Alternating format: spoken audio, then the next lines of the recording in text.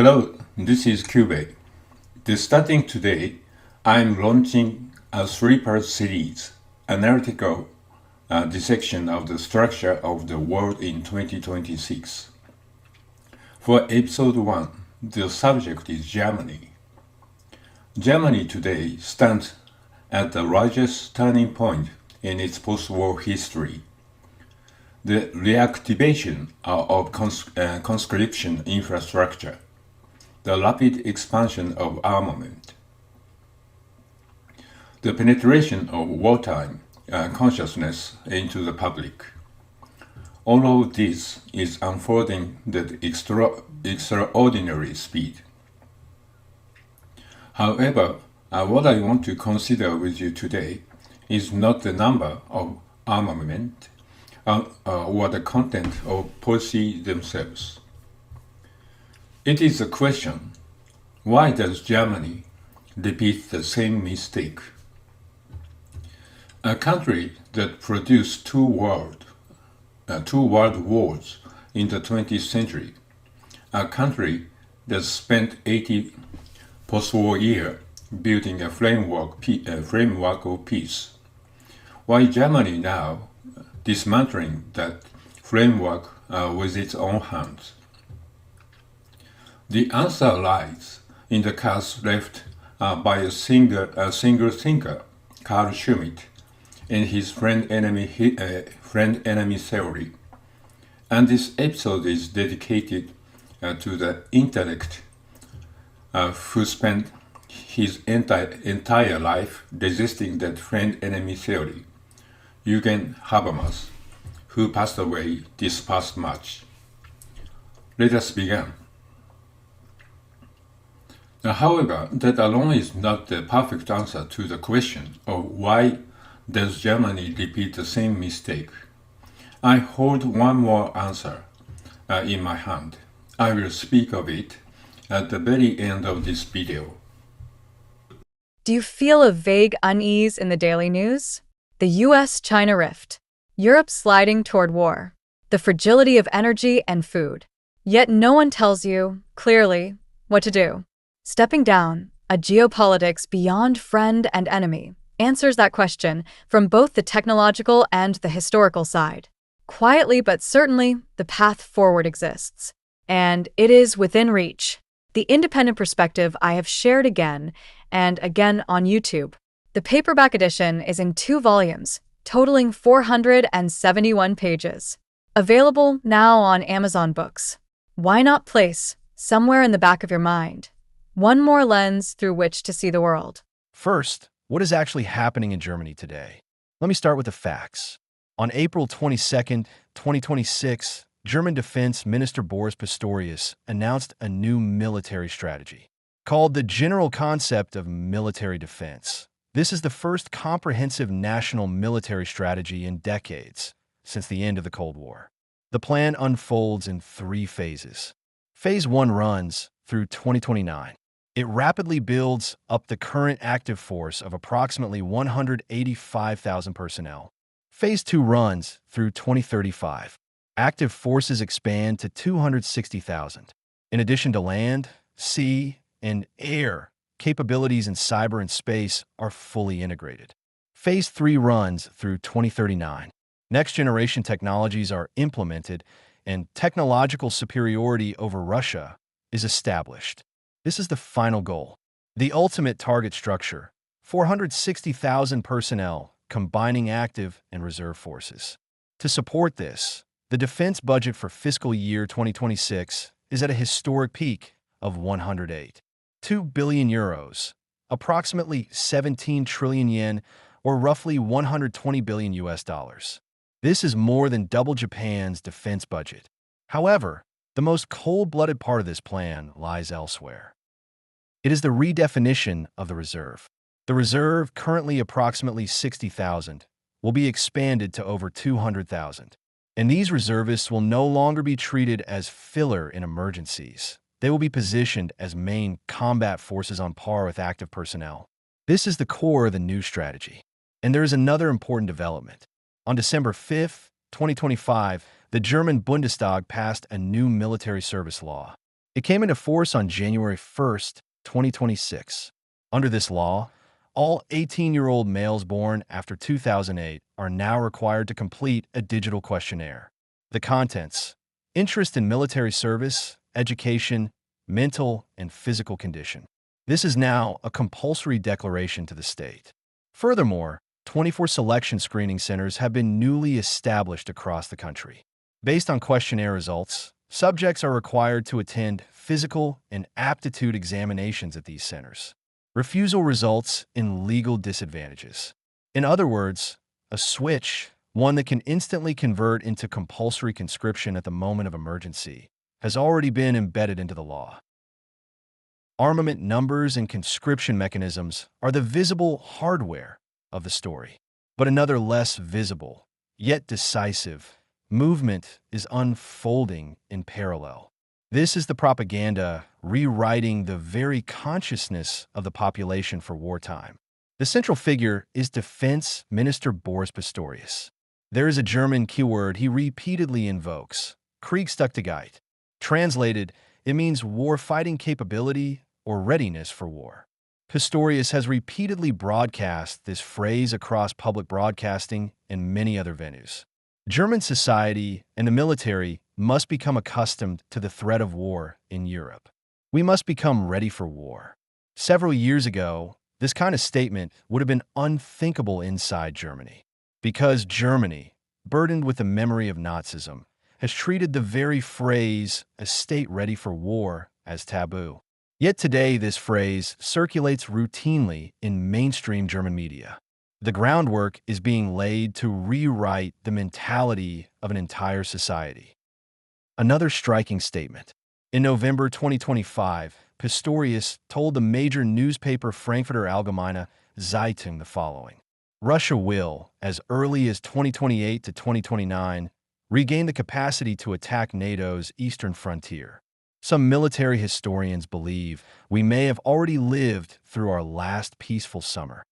This is a far shorter timeline than the official intelligence estimates, which place the threshold in the 2030s.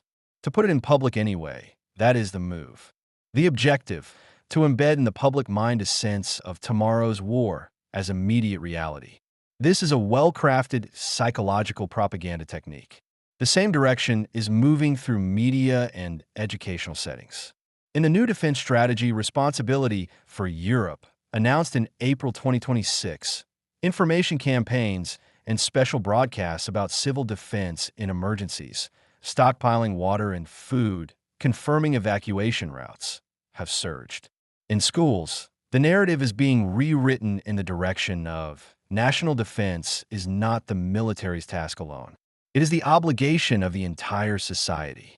What matters here is this fact: the German government is, on the surface, leaving the rules of liberal democracy intact, while quietly and efficiently inserting the infrastructure of a wartime state. This is administrative design of an extremely high order. Here, I want you to pause and notice something strange. Who is leading this large-scale transformation into a wartime state? Is it a leader elected as a people's representative? No. Article 64 of Germany's basic law, the equivalent of a constitution, states ministers are proposed by the chancellor and appointed by the federal president. In other words, German ministers do not even need to be members of a parliament by the chancellor's direction alone. An unelected civilian or a regional bureaucrat can be installed as defense minister. Pistorius' biography is exactly such case. He was never originally an elite of Central Berlin politics. He is a lawyer who served 4 years as mayor of the region of the city of Osnabrück in Lower Saxony, and the state minister of the interior. What one would call a local administrator who worked his way up. He was brought into central politics in 2023 when the previous defense minister resigned over scandal. Then Chancellor Olaf Scholz drew on his practical competence and abruptly elevated him. That was the beginning. And here is the important point.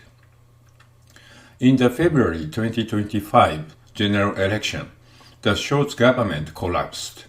Germany is now under a new coalition government led by a conservative Chancellor Friedrich Merz of the CDU, the Christian Democratic Union. Normally, when governments change, defense minister change with them, but Pistorius remained as the defense minister across the change of government, or rather was reappointed by the new government. The reason is simple. He is currently the most popular politician in Germany.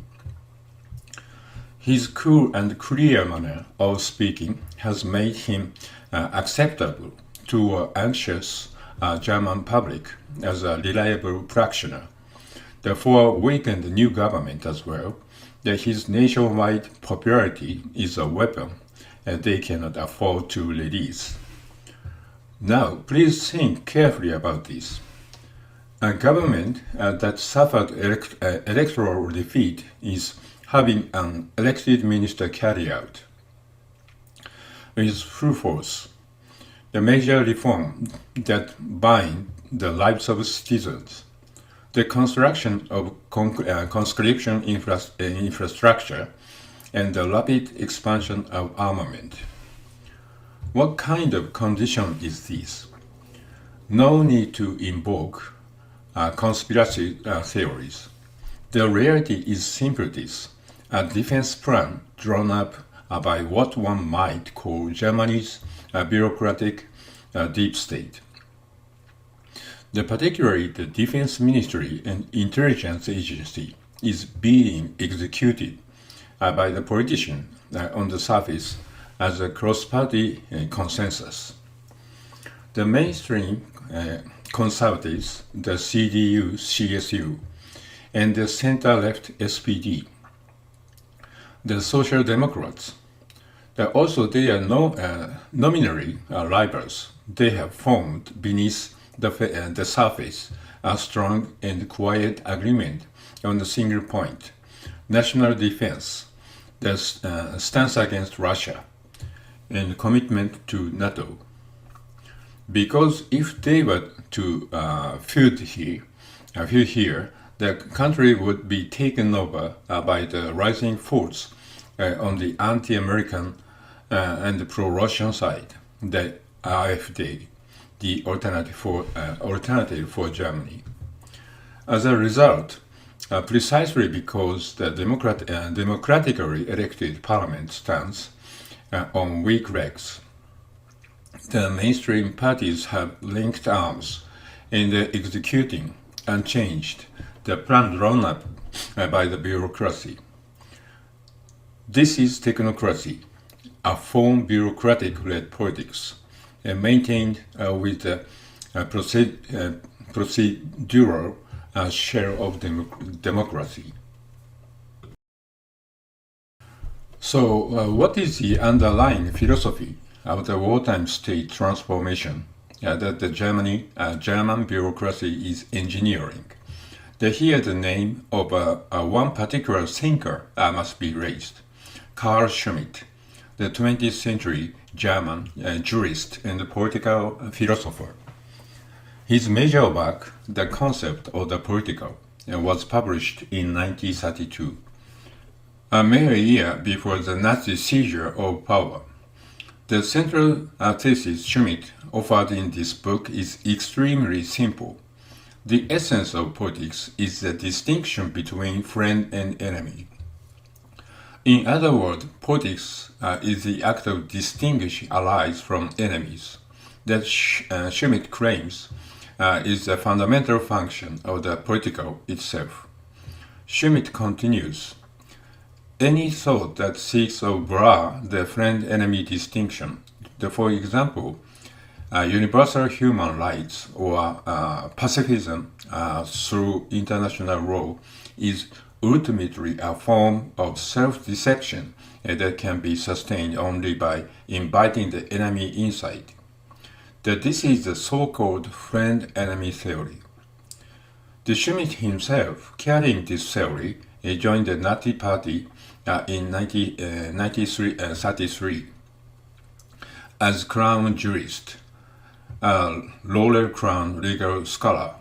He's played the role of providing theoretical justification of the Nazi legal system. After the war, he was banned from public office and lived out his life in nominal silence. And yet, the Schmidt friend-enemy theory did not disappear from the post-war German intellectual life.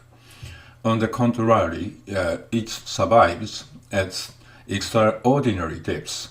This is the most important fact for understanding contemporary Germany. Why did it not disappear? Because the friend-enemy theory captures, in a sense accurately, one of the most primal and powerful aspects of politics. The politics is, in the final analysis, the distinction between allies and enemies. To deny this completely, set against the historical experience of humankind, is quite difficult. The problem begins after that. The German intellectual life, politics, and bureaucracy have for 80 post-war years officially repudiate Schmidt friend-enemy theory while unconsciously inheriting its mode of thought. Specifically in this form, during the Cold War, German Ostpolitik, the Eastern policy, was an absolute pacifist line. If we are connected to Russia through trade, war will not happen. Russia is not the enemy. Russia is the trading partner. That was the major premise. And then the 2022 invasion of Ukraine. At the moment, Germany's intellectual operating system reversed 120 degrees, 180 degrees. Russia is the absolute enemy. We must defeat them completely. Here lies Germany's structural bug. The absolute peace of Ostpolitik and the current absolute enemy toward Russia are merely two sides of the same operating system. Both can only think within the binary of a friend or enemy. Russia is declared absolute friend, and when that is betrayed, declared absolute enemy. A relationship that is neither enemy nor friend, but a complex mixture of opposition and cooperation. This does not exist in German thought. This is the Schmidt cause. The German intellect, believing it has rejected Schmidt, continues to dance on Schmidt's stage. This, in my view, is the deepest cause of structure by which Germany repeats the same mistake. Imagine a legal skeleton key. Not a physical object, obviously, but, a philosophical argument so powerful that it can basically unlock or bypass almost any democratic rule or international law. It's a genuinely fascinating tool. I mean, you can trace its use directly from 1930s Europe all the way to the post-9/11 White House. And now it's quietly unlocking billions in venture capital for modern tech startups. Right. So welcome to today's deep dive. We are looking at a stack of historical and modern reports to understand Carl Schmitt's friend-enemy theory. Yeah, we're basically exploring how this highly controversial German philosophy secretly shaped the American neoconservative movement. Exactly. And our mission today is to show you how that same framework justified the war on terror and how it's currently the exact loophole fueling today's booming, stealthy defense tech industry. Right, we're synthesizing the history of how this philosophy was exported with contemporary reports on dual-use drone companies. And just a quick note for you before we really jump in. We are dealing with some politically charged material here from across the spectrum. We are absolutely not taking sides or endorsing these viewpoints. Right? No, not at all. We're just impartially reporting on what's in the source material, just mapping out the ideas. Exactly. So let's get into it. How does a German jurist's legal theory just, jump the Atlantic to become American foreign policy? There's got to be a missing link. Yeah, there is. That missing link is a political philosopher named Leo Strauss. He left Germany after World War II, ended up teaching at the University of Chicago, and basically trained a whole generation of students. And those students became the intellectual engine of the American neoconservative movement. Right, exactly. But the really interesting part, the sources show Strauss and Schmidt actually had a direct relationship before Strauss even left Europe. Wait, really? Yeah. Like they actually collaborated? Well, Strauss wrote an early review of Schmidt's major work, The Concept of the Political. And that book defined politics entirely by the ability to distinguish between your ultimate friend and your absolute enemy. Okay, so Strauss reviews it. Was he just praising it, or? No, Strauss actually fundamentally challenged him. He pointed out that Schmidt was trying to critique liberalism, but he was still using these liberal individualistic terms to do it. Ah, I see. Yeah. Strauss essentially told him, if you want to truly define the political, the enemy can't just be a competitor. They have to represent a total existential threat to your way of life. Wow. And that critique actually landed. It did. It was so sharp, it convinced Schmidt to revise his own book to make that friend-enemy divide even more absolute. Okay, so Strauss takes this sharpened worldview to Chicago. His students, people like Paul Wolfowitz and William Crystal, they internalize it. Yeah. But how do we get from, a university seminar to actual warfare? Well, the neoconservatives latched onto another core idea from Schmidt, which is the sovereign is he who decides on the exception. The exception, meaning what exactly? Simply put, the true leader is the one who can recognize an existential crisis and just declare that the normal rules no longer apply. Wait, I need to push back on this a little bit because democracies have constitutions, right? Right. We have checks and balances, international courts. They exist specifically to prevent a leader from just ignoring the rule book. Right. So how did the Bush administration actually get away with declaring an exception? Because of that absolute enemy framework. After 9/11, terrorism wasn't framed as, just a crime to be handled by normal justice systems. It was defined as an absolute existential threat. Oh, and when you frame it like survival. Exactly. When the public and lawmakers accept that framing, institutional resistance just crumbles. The exception becomes the only logical way to survive. Which is the legal skeleton key in action. Precisely. It was used to legally justify the Afghan and Iraq wars and to create those extra legal spaces like Guantanamo Bay where, constitutional rights simply didn't apply. But the crazy thing is, this ability to bypass the rules didn't just stay in the early 2000s. Capital markets and tech startups have realized this exception logic is the perfect loophole for them too. Yeah, it's a really striking historical loop. We're seeing this exact blueprint drive modern stealth warfare. Look at the boom in dual-use drone startups, like TerraDrone in Japan. Because normally strict export laws prevent companies from selling military equipment across certain borders, right? Right. Think about the last time you saw a headline about a tech startup pivoting to defense tech. They never call themselves weapons manufacturers. Oh, they classify their products as purely civilian, like drone traffic management software. Exactly. And then they pass this technology through overseas subsidiaries, say, in Belgium, where it is quietly militarized for combat zones like Ukraine. But how do they avoid massive regulatory blowback for basically skirting international arms treaties? I mean, regulators have to see this. They rely on that friend-enemy moral shield.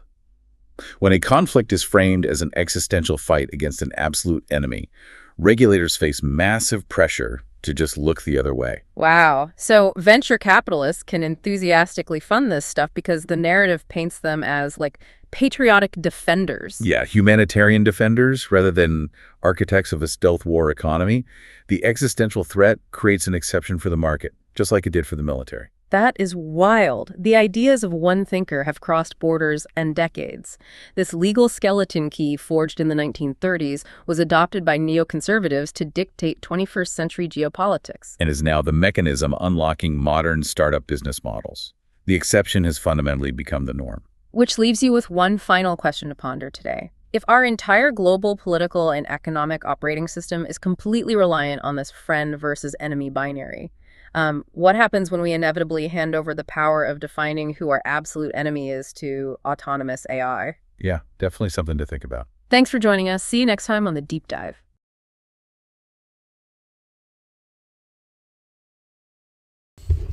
Up to this point, we have looked at the movement of German politics and bureaucracy. And now I want to turn to the current state of German intellectual life. Since the Ukraine war, the German discursive space has been clearly split into two camps. On one side, the dialogue and the caution camp. As a representative voice, I will return to him properly later. There is Jürgen Habermas, a giant of 20th century German philosophy. Then Sarah Wagenknecht, charismatic person leading in the new leftist party, Sarah Wagenknecht, the Sarah Wagenknecht Alliance, and the legendary feminist journalist Alice Schwarzer. Her 2023 Manifest for Peace collected several 100,000 signatures and led major anti-war demonstration in Berlin. The logic of their position is extremely realistic. If we corner a nuclear-armed Russia without limit, the risk of the Third World War, the physical destruction and the planetary scale becomes a real possibility. To have cheap Russian energy cut off, to have one's own economic infrastructure collapse, and then to make German citizens pay the bill of armament in service of American geographical strategy. This is a national suicide. This is the logic of the dialogue camp. On the other side, the defense, support and armament affirming camp. Representative voice is Peter Sloterdijk, a star philosopher of Germany, on the same plane as Habermas. And Heinrich August Winkler, the leading scholar of German modern history and the history of liberalism. Their position runs like this.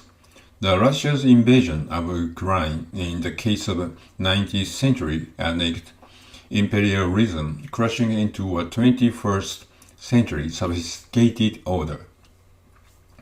If we compromise with Russia here, next will be the Baltic states and then Eastern Europe are consumed by war. Looking at history, the peace have been maintained not through dialogue, but through the balance of power. That is through physical deterrence. Then this is the logic of the hardline camp. Now please pause and consider. On the surface, the two positions are diametrically opposed, but beneath both lies the same things, the friend-enemy theory. They both are arguing on Schmidt's stage. The dialogue camp says that we must not declare Russian an enemy. The hardline camp says Russia is the absolute enemy. But neither steps outside the frame of classifying the other, Russia, into either a friend or enemy. And in the current German discursive space, this two-camp position is unfolding in a further distorted form. Main street media and the political elite attach a label to the superior figure of the dialogue camp, Habermas, Wagenknecht, and the rest. The label is Putinversteher. In German, Putinversteher, meaning Russia's mouthpiece conspiracy theorist. Through this label, the logical legitimacy of the dialogue camp is purged from the public discursive space. A narrative takeover, entangling even the senior scholars themselves, is underway. As a result, the following idea is quietly permeating German society under the cover of democracy. The supreme secret domain of national security must not be entrusted to the foolish opinion of the masses, nor the election. The only bureaucrat who understands the high-level infrastructure and logistics should control it. So, is there truly no escape from Schmidt curse, the friend-enemy dichotomy? In fact, there were two political leaders in the past who shown such escape route. The first is Vladimir Putin.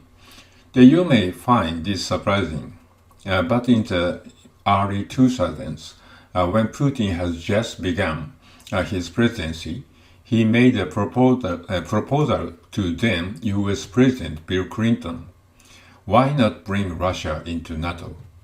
The NATO, the North Atlantic Treaty Organization, was the Western military alliance created to oppose the Soviet enemy. And Russia itself was asking to be let in. This was a proposal that overturned from the foundation, the very premise of the Western game, Russia equal potential enemy. Had the West accepted it, the structure of today's Ukraine question itself might never have existed. But Western leaders dismissed it as a joke. They could not step outside of the framework of Russia's is the enemy. This is a limit of Schmidt dichotomy. The second is former Malaysian Prime Minister of Mahathir bin Mohamad. The 1997 Asian financial crisis. The IMF, the International Monetary Fund, affected Asian countries were extremely harsh conditions, interest rate hikes, and fiscal austerity. The countries that summited then suffered 3 years of difficult economic reconstruction. But Prime Minister Mahathir flatly rejected the IMF's conditions.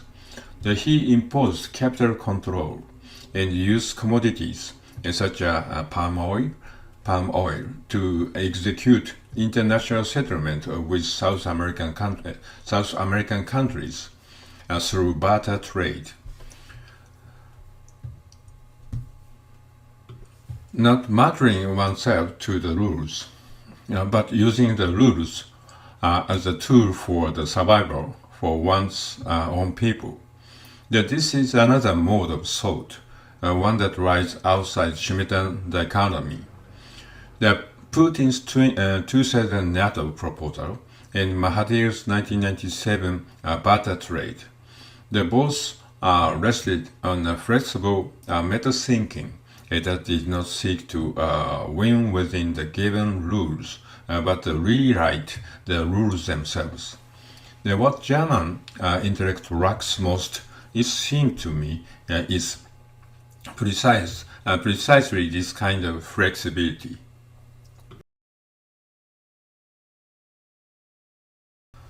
Let us look back at the history of relation between Germany and Russia over a slightly longer time horizon.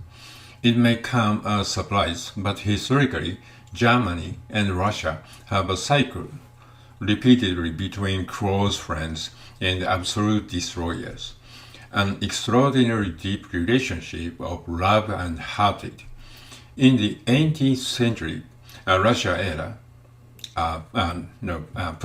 era, the two countries were firm allies. In the late 19th century, under the Chancellor Bismarck's pro-Russian policy, their cooperation reached its peak. Yet the First World War, the two collided violently. In the interwar, the 1920s, there was a honeymoon of the secret military cooperation. Then the German-Soviet War of World War II. The Germany was reduced to scorched earth, and the long post-war Soviet occupation of East Germany followed. After the Cold War ended and East and West Germany unified, the two countries moved again toward economic integration, what we now call Ostpolitik, the Eastern policy. But in 2022, Russia's invasion of Ukraine collapsed the economic integration. And as here in the current hardline and anti-Russian stance. In other words, German-Russian relations have a cycle, on a cycle of roughly 50 to 100 years, swung like a pendulum between absolute alliance and absolute enemy. This is something important here. This periodic repetition is by no means accidental. It is a structural manifestation of the fact that German intellectual operating system cannot escape from the binary Schmidt friend-enemy theory. That those that absolutize a friend or enemy always go too far, believing too strongly in absolute friend.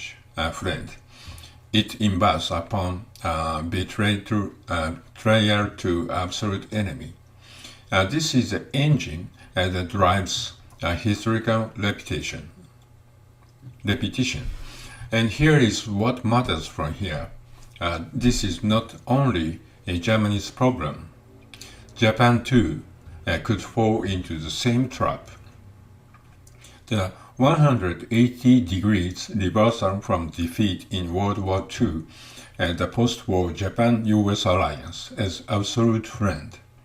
And now, not the current hardline argument against China and Russia, that almost without noticing, dragging our thinking into a narrative of absolute enemy. To watch Germany today is, I believe, to watch Japan tomorrow. There is one final thing I want to share with you. The senior figure of the dialogue camp in German intellectual life, who we discuss today, Jürgen Habermas, passed away this year on March 14, 2026, at his home in Starnberg. He was 96 years old. What Habermas devoted his entire life to was the concept of communicative reason and discuss ethics. The stated simply, the human being can govern society not through violence and through blind obedience of tradition, but through dialogue. Through exchange of reason that can be mutually accepted. This is a diametric opposite of Carl Schmitt's friend-enemy theory, which we have discussed today. The way Schmitt thought that the essence of politics is distinguish the enemy, the Habermas spent his life asking the question, how do we form consensus without creating enemies? In 2022, just after Russia began its invasion of Ukraine, that he published a piece into the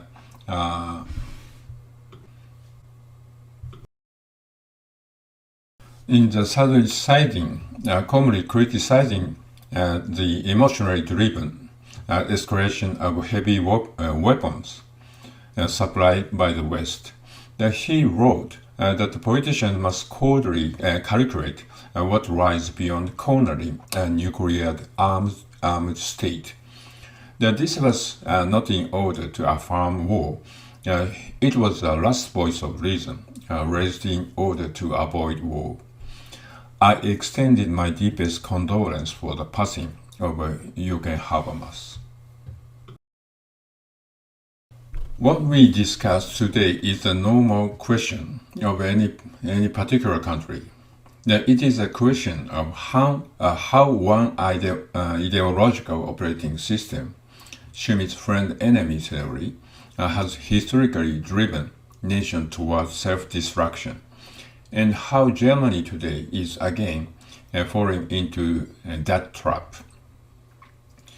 Now let me speak of the other answer I mentioned at the start. It is Biedermeier, the spirit of giving up on politics and retreating into the small bourgeois happiness of domestic life. At first glance, the Germans portrayed in the established media as passionate about environment issues and protest, highly political conscious. But that is too surface level. What lies beneath is the inverse phase of the through-going individualism, that is privatism, manifesting as indifference or registration toward macro-level politics, toward national strategy. This is a deep-rooted problem that can be called historical trauma. From the violent trauma of the entire nation having immersed itself in a Nazi totalitarianism and brought about its own destruction. The post-war German society embedded into a deep psyche and the belief that for individual to deeply commit to the state or to any political grand cause is dangerous. As a result, they elevated to a moral position through retreat into the domain of the privacy, individual rights, careers, comfortable ecological choice, life within the rules of civil society. This is the contemporary version of the historian called Biedermeier, the spirit of giving up on the politics and retreating into the small bourgeois happiness of domestic life. Biedermeier originally refers to the artistic and cultural style of the middle class that spread primarily in Germany and Austria during the first half of the 19th century. In other words, the macro-level geopolitics with whom the state is opposition and what kind of logistics is constructing. And the entire narrative of the Carl Schmitt friend-enemy theory has been from the individualistic through circuit, hands off to someone else's job, a task for bureaucrats and specialists, none of my concern. Will the trauma fade and disappear as time passes?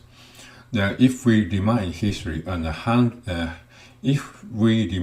rewind history on the 100-year scale, however, we notice a frightening alignment. After the Napoleonic wars had scorched all of the Europe, people retreated in their fear into the shell of Biedermeier, into privatism. 100 years later, in 1914, when the raw trauma of war had completely faded, what happened to the people of Europe, including intellectuals? Far from turning toward rational dialogue, they were swept up in a frenzy and willingly plunged into the total war of the First World War. And now, 2026. And this is by no means someone else's problem. To carry perspective that Japan too may be inside the same framework of thought. This is the essence of today's message. The next time, we will turn to France, which move is a slightly different way from Germany. President Emmanuel Macron's bold strategy of extending the nuclear umbrella across Europe, the cold response from Russian strategic thinker Sergei Karganov, who argued that the nuclear deterrent that has lost its power as a deterrent.